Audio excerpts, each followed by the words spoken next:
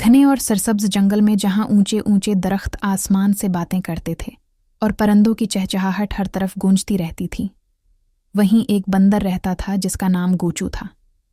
गोचू निहायत तेज, चालाक और फिरतैला था।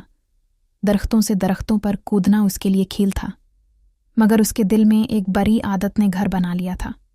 वो हर वक्त जंगल के जानवरों को तंग करता रहता था। कभी वो मासूम खरगोश का खाना छीन लेता, कभी हरन को अचानक डरा देता और कभी हाथी की दम खींचकर जोर जोर से हंसता। गोचू को लगता था कि ये सब मजाक है, मगर वो ये नहीं समझता था कि उसके उस मजाक से दूसरों के दिल दिखते हैं और जंगल का सुकून बर्बाद हो रहा है। जंगल के जानवर रोज उसकी शरारतों से तंग आ चुके थे।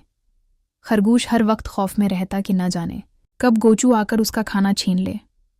हरन जरा सी आवाज पर चौंक जाता और हाथी जैसा ताकतूर जानवर भी गोचू की हरकतों से दिल ही दिल में परेशान था।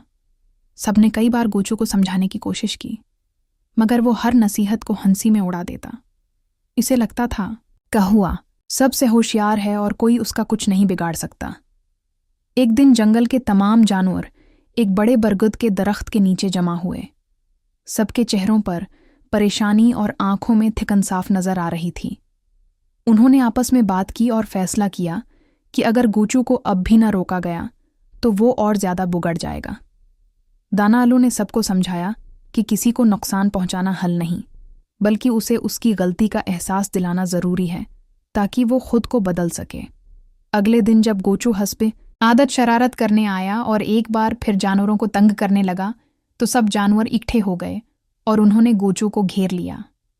गोचू पहले तो हंसा, मगर जब उसने सबकी आंखों में नाराजी और दुख देखा तो उसका दिल कांप गया। हाथी ने नरमी मगर मजबूत लहजे में कहा कि हम तुम्हें नुकसान नहीं पहुंचाना चाहते, मगर तुम्हारी हरकतों ने हमें बहुत तकलीफ दी है। अलू ने उसे समझाया कि जो दूसरों को हर वक्त तंग करता है वो आखिरकार अकेला रह जाता है। ये बातें सुनकर गोचू की आंखों से आंसू बहने लगे और वो बहुत शर्मिंदा हुआ। पहली बार उसे एहसास हुआ कि उसकी शरारतें किसी के लिए खुशी का बास नहीं थीं, बल्कि सबके लिए दुख और परेशानी का सबब बन रही थीं। इसने शर्मिंदगी से सिर झुका लिया और सबसे माफ़ी मांगी।